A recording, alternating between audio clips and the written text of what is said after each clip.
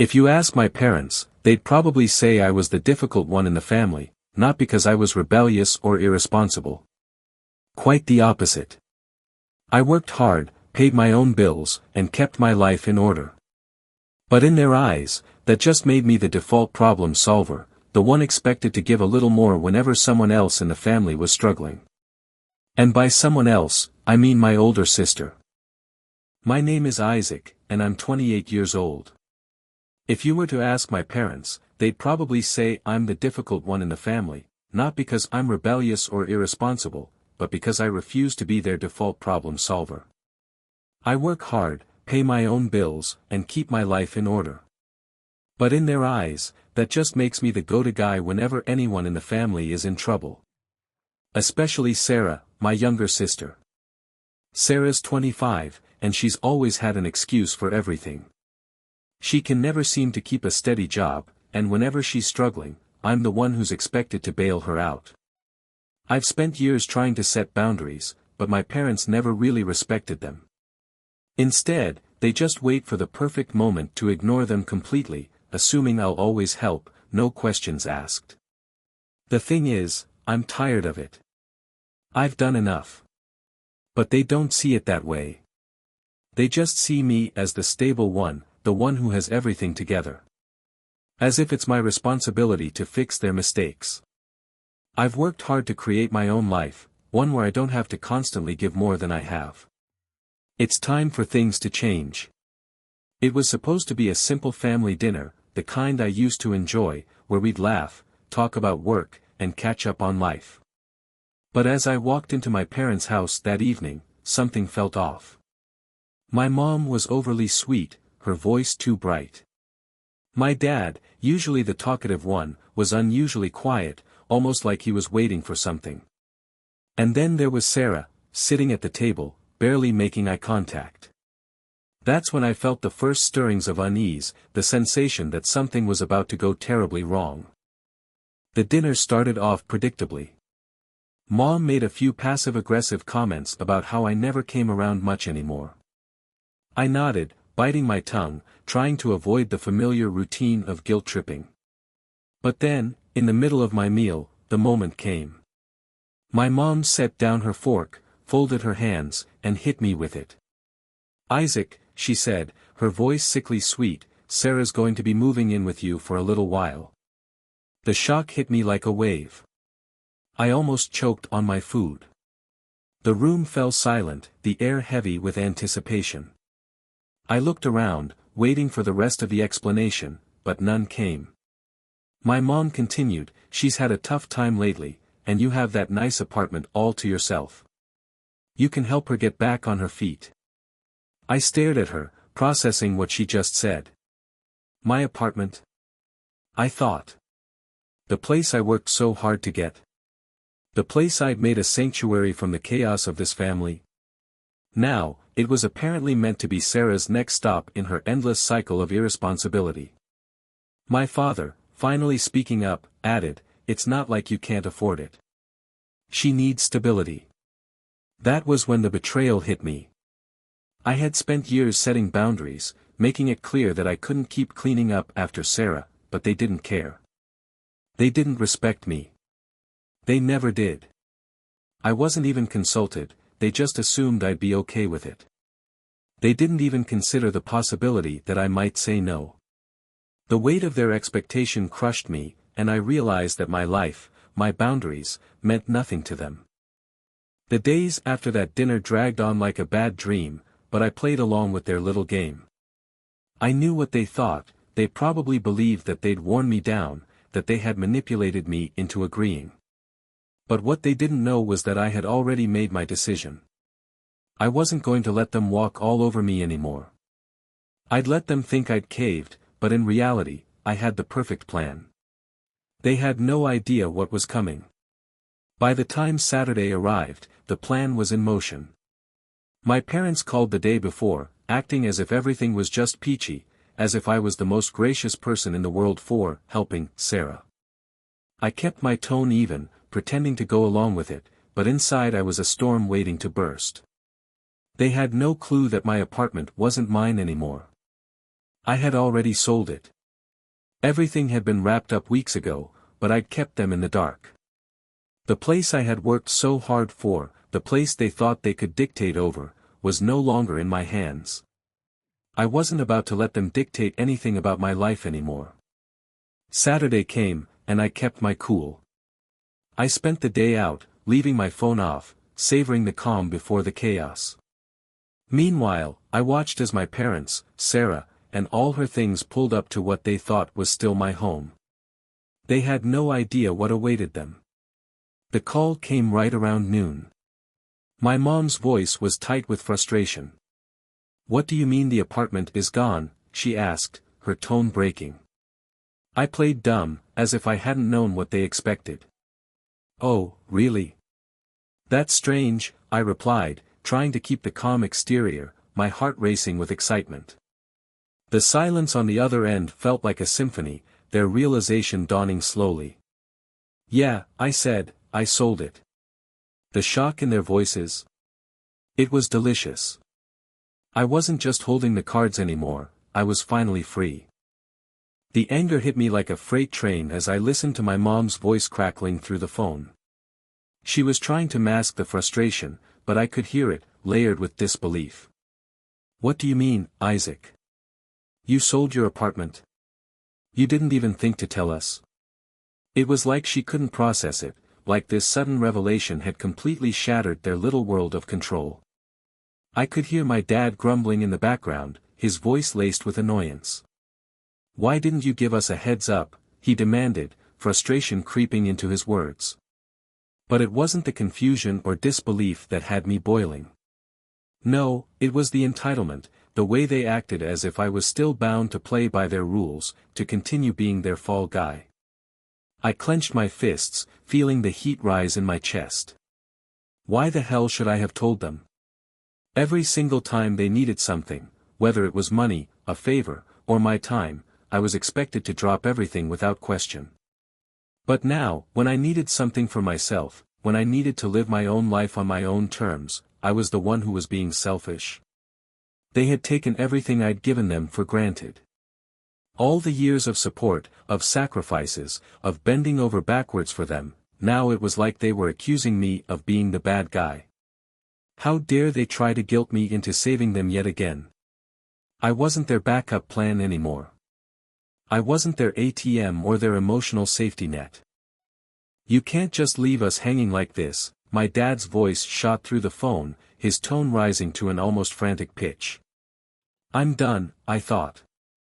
I felt a deep wave of frustration rising, the sheer absurdity of it all filling me with boiling rage. I had spent so long trying to maintain peace, trying to keep the family together, but they had crossed a line. It wasn't just about the apartment, it was about the years of manipulation, the constant draining of my energy, and the expectation that I would always just pick up the pieces. Enough. I wasn't about to be their doormat any longer. As the fallout from my decision settled in, I could almost predict the next move, the relentless calls, the guilt-tripping messages, and the mounting frustration as my family realized I wasn't going to cave. Sure enough, the barrage began. My phone lit up with missed calls from my mother, her texts ranging from pleading to passive-aggressive. "Isaac, we're family. We need to work through this together. You're being unreasonable. Your sister is struggling, and you're just turning your back on us. I never thought you'd be this selfish." Selfish. That word again. It made my blood boil every time. The only thing I'd done was put myself first for once, and suddenly, I was the villain. They weren't used to this. They expected the usual cycle, where I'd bite my tongue, swallow my resentment, and do what they wanted. But this time, I wasn't playing their game. Then came my dad. His approach was different, less emotional, more authoritative. He called me at work, his voice firm, like he was laying down the law. "Isaac, you're being immature about this. We made a decision as a family, and you just, what? Decide to ignore it? That's not how this works." I laughed. Not how this works. That was rich coming from the man who had steamrolled over every boundary I'd ever set. Actually, Dad, I said coolly, that's exactly how this works. You made a decision without consulting me. And now, you're dealing with the consequences. Silence. Just for a second. Then, the explosion. After everything we've done for you. I cut him off. Yeah. And after everything I've done for you? Did that ever matter? Or was I just useful until I stopped doing what you wanted? He muttered something under his breath before hanging up. But I knew I had struck a nerve. They were realizing, slowly, painfully, that the safety net they had taken for granted was gone. I wasn't their pawn anymore. They would have to figure out life without me, and from where I stood, it was about damn time. The first taste of vindication came earlier than I expected. It started small, little cracks forming in the foundation of my family's carefully crafted illusion of control. My mother, who had spent years brushing off my concerns with dismissive smiles and guilt-laden sighs, finally hit the first real wall when she realized I wasn't backing down. The texts shifted from demanding to desperate. Isaac, we just need a little help this month. You don't have to do anything long-term. Just a small loan to get us through. A loan. That was almost laughable. For years, my support had been an expectation, an unspoken duty I had no say in. Now, suddenly, they wanted to dress it up as a request. I left her message on read. Then came the breaking point. My dad's business, something I had practically run from behind the scenes, started crumbling without my help. Customers who were used to dealing with me were growing frustrated with the sloppy service. My sister, the golden child who had spent her entire life coasting off the work of others, had no clue how to fix any of it. She had assumed I would fold, that I would let her into my home, into my life, and keep carrying the weight of her failures. Now, she was realizing that without me, there was no safety net. And the best part? They were too proud to admit it outright. The calls from my dad grew angrier, laced with frustration at problems he had no idea how to solve. My sister's social media posts went from self-indulgent selfies to vague, cryptic complaints about people who abandon their family in times of need. And my mother? She finally stopped trying to manipulate me and just sent a single message. We miss you, Isaac. Can we talk? I stared at the screen, a slow smile spreading across my face. They missed me. Or did they miss what I did for them? For the first time in my life, I didn't feel guilt, didn't feel pressure, didn't feel obligated to fix things. Instead, I felt something else, pure, unfiltered satisfaction. The cracks in their world had turned into full-blown fractures, and for the first time in my life, I was not the one scrambling to hold everything together. Instead, I was watching from the outside, an amused spectator to their unraveling reality. My sister, once so sure that she could manipulate her way into my life and my home, was now floundering. The cushy existence she had taken for granted was slipping through her fingers like sand, and she had no idea how to stop it.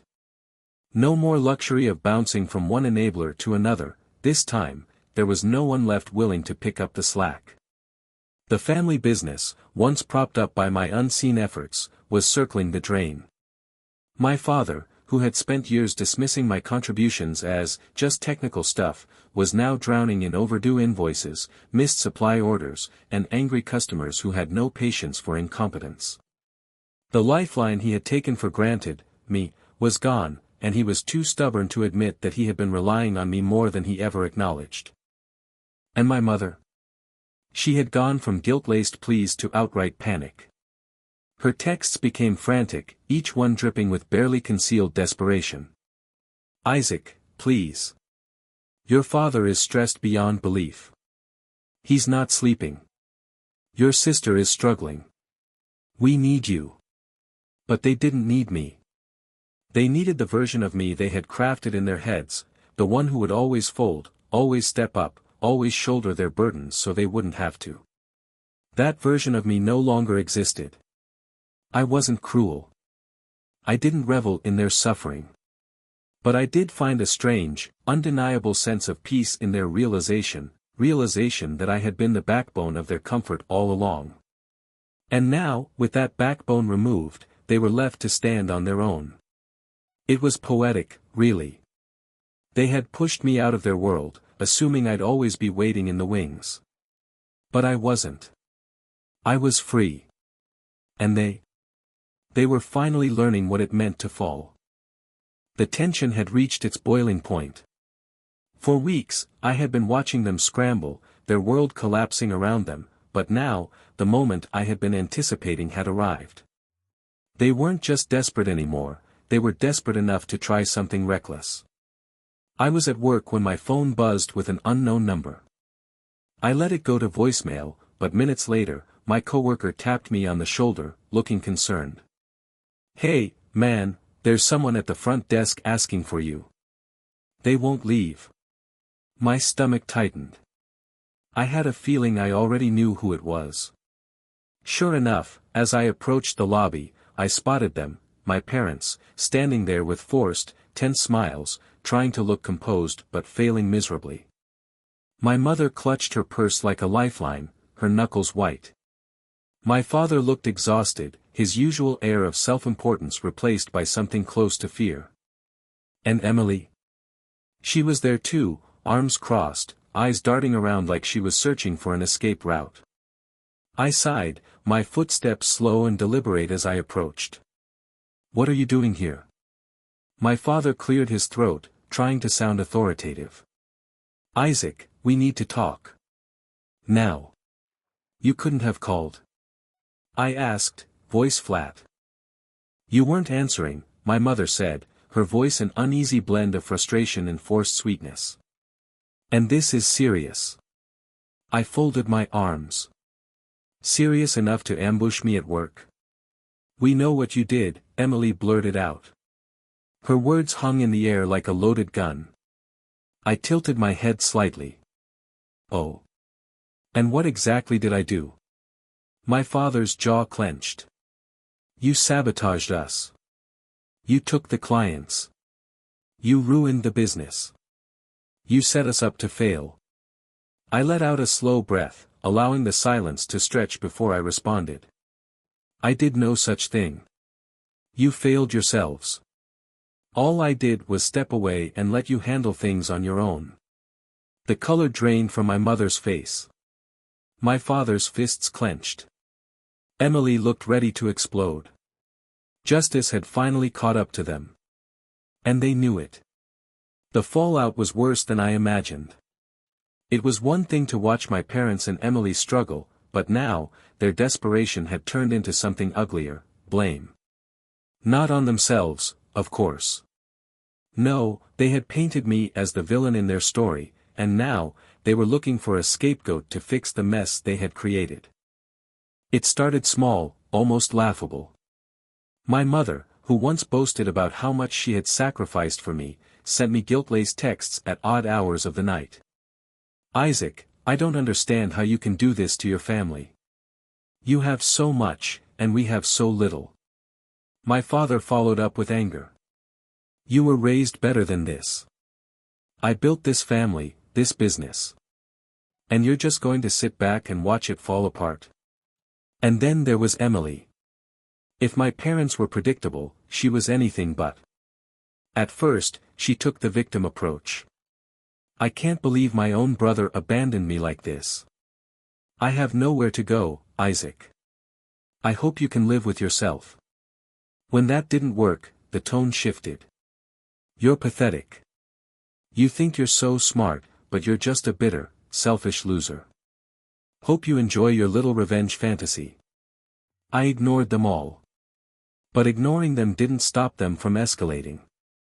A week after their ambush at work, I got a call from a former family friend. "Hey, man, your mom's been talking. She's telling people you stole from them, left them with nothing." I laughed. I couldn't help it.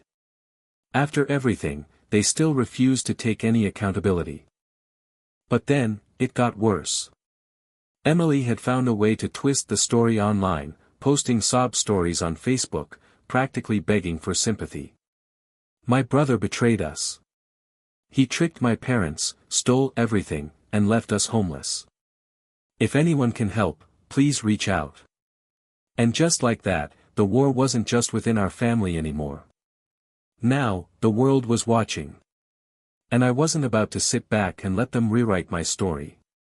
For the first time in my life, I was free.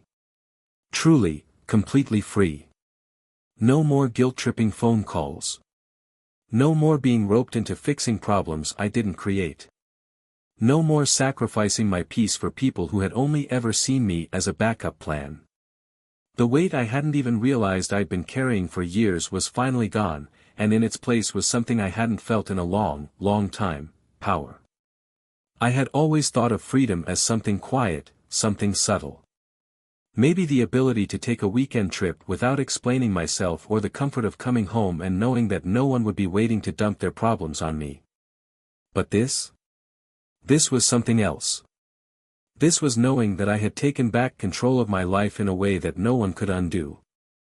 I saw it in my parents' panicked texts when the mortgage company came knocking. I heard it in Emily's frantic voicemails when she realized no one else was willing to take her in.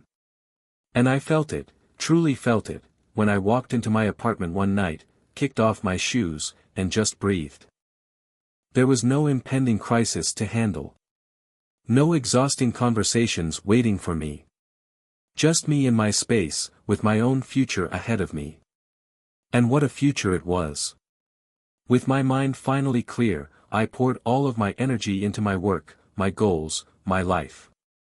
The clients I had taken from my father's business weren't just business connections anymore, they were the foundation of something bigger. I had spent years running his company behind the scenes, and now, I was building my own. I wasn't just surviving, I was thriving. And the best part? They could see it. I wasn't bitter. I wasn't broken. I was successful, happy, fulfilled. Everything they said I couldn't be without them. They had spent years making me feel like I owed them my success. But now, with every step I took forward, I proved them wrong. And that was the greatest freedom of all. The silence was deafening. For weeks, my parents and Emily had thrown every possible tactic at me: manipulation, guilt, anger, even outright begging, but when none of it worked, they had nothing left to say. Their texts slowed. The phone calls stopped. The messages from mutual family members telling me how heartless I was faded into the background, their words powerless against the reality I had created for myself. I had won. But this wasn't a victory of arrogance or pettiness. This was a victory of peace. For the first time in my life, I was no longer waiting for the next crisis to pull me back in. I wasn't waking up dreading what new problem I'd be expected to fix. I had no obligations beyond myself, and it was exhilarating. In the meantime, I focused on me. I expanded my business, pouring all the knowledge I had gathered from years of working behind the scenes at my father's company into something better, something mine. The clients who had once relied on my expertise in my father's business now trusted me directly, and I didn't disappoint them. My reputation grew, my income soared, and every move I made pushed me further ahead, far beyond the life they had imagined for me. And then, the inevitable happened. One evening, as I sat in my apartment, enjoying the quiet that had become my new normal, my phone buzzed with an unknown number. I debated ignoring it, but something told me to pick up. Isaac? The voice on the other end was weak, hesitant. My mother. I let the silence stretch before answering. Yes. There was a pause, and then a shaky sigh. We lost the house. There it was. The final consequence of everything they had done. We have nowhere to go, she continued, voice breaking. Your father, he's not handling it well. Emily, another pause. Can we talk? For the first time in my life, I wasn't afraid to say no. I took a deep breath, closed my eyes for a moment, and then calmly responded, I hope you figure something out. And then, I hung up. The moment I ended the call, an overwhelming sense of relief washed over me. It wasn't just the satisfaction of setting a boundary, it was the realization that, for the first time in my life, I was truly free. No more emotional blackmail. No more desperate attempts to make me the family's problem solver. No more being a backup plan for people who never valued me in the first place. I looked around my apartment, my space, the home I built for myself. It was quiet, peaceful. There were no voices calling me selfish, no one demanding that I fix their mistakes. Just me, and for once, that was more than enough. Outside, the city lights twinkled like a million reminders that the world was still moving forward, just like I was. My business was thriving, my future was bright, and every day that passed put more distance between me and the chaos I had escaped. I had proven to myself, not to them, not to anyone else, that I was capable of standing on my own. The past was behind me now. Their downfall was their own doing, and I had no responsibility to clean up the wreckage. I smiled to myself, exhaled, and leaned back into the comfort of my own freedom. For the first time in my life, I had one.